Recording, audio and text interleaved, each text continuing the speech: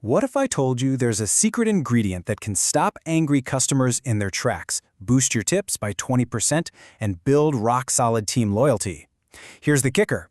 It's not on your menu, and it costs absolutely nothing. So let's pull back the curtain on this amazing technique and get into the art of validation. Okay, picture this. Antoine, a bistro owner in Lyon. It's a packed night, and a customer is absolutely furious. Her steak is well done, not medium rare. She's raising her voice, and the whole dining room is staring. It is the classic nightmare scenario for anyone in this business. Now, Antoine's old reflex, his gut reaction would be to downplay it, right? To say something like, it's not that serious. But tonight, he tries something totally different. He actually looks her in the eye and just validates her feeling. That's it.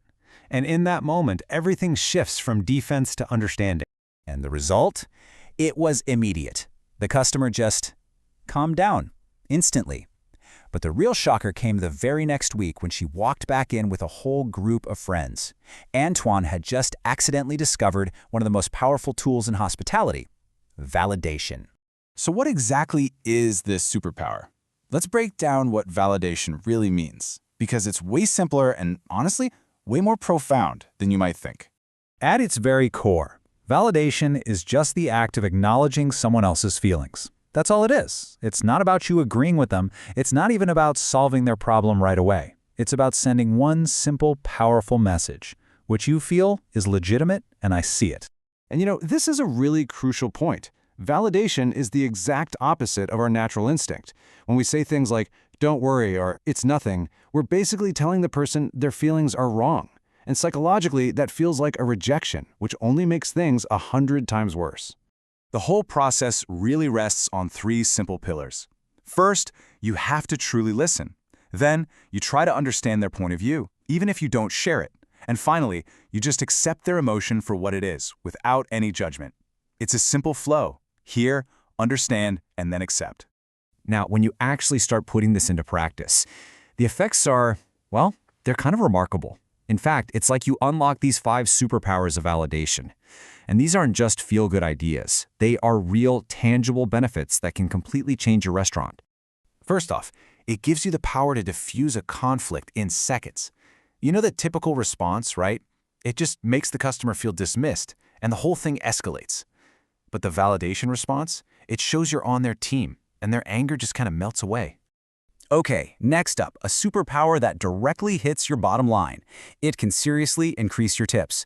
And we are not talking about small change here. The source material for this explainer points to an average increase of a staggering 20%. So how does that even work? Well, let's take Sophie, a waitress in Bordeaux.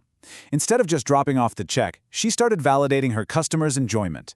By simply saying something like, "I see you enjoyed that," she made them feel seen, and they rewarded her for it. People give more when they feel a real connection. And hey, this power isn't just for customers. It completely transforms your team's dynamic. A chef named Marc in Marseille started validating his team's effort during those crazy busy services. And the result? The whole atmosphere in the kitchen changed. Like his sous chef said, just hearing someone acknowledge how hard they were working was more powerful than anything else.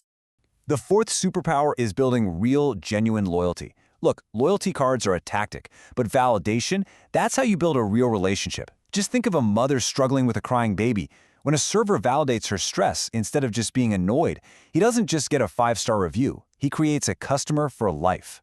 And the 5th and final superpower is turning negative feedback into a massive win. The golden rule here is to always validate their disappointment before you try to explain or justify anything. That one simple act can turn an angry critic into one of your biggest fans. It's amazing. So we've seen all the incredible benefits, but how do you actually, do it? Let's get practical with a super simple 3-step recipe that you can start using tonight. First, you have to truly listen. And I mean put everything else away and give them your full attention. Second, you reformulate. So if they say, "This soup is cold," you say back, "So what I'm hearing is the soup wasn't hot enough for you." This just confirms you got it.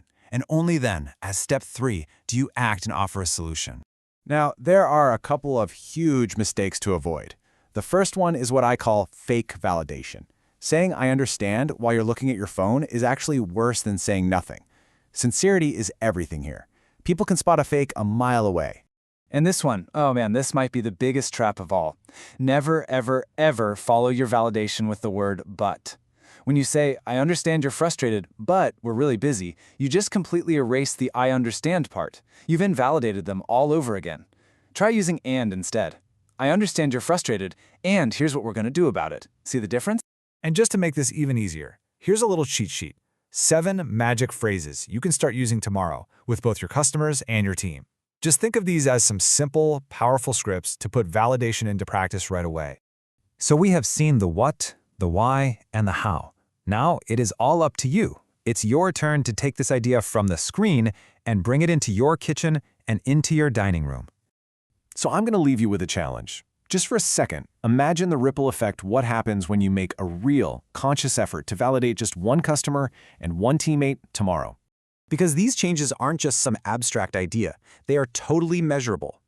The impact is felt everywhere, from fewer complaints and higher tips, to less staff turnover and a team that's actually motivated to come to work. It truly improves every single part of the business. Ultimately, it all comes down to this. This is the message you're sending. Because yes, people want to be served, but before that, they just want to be understood. And that is the secret recipe.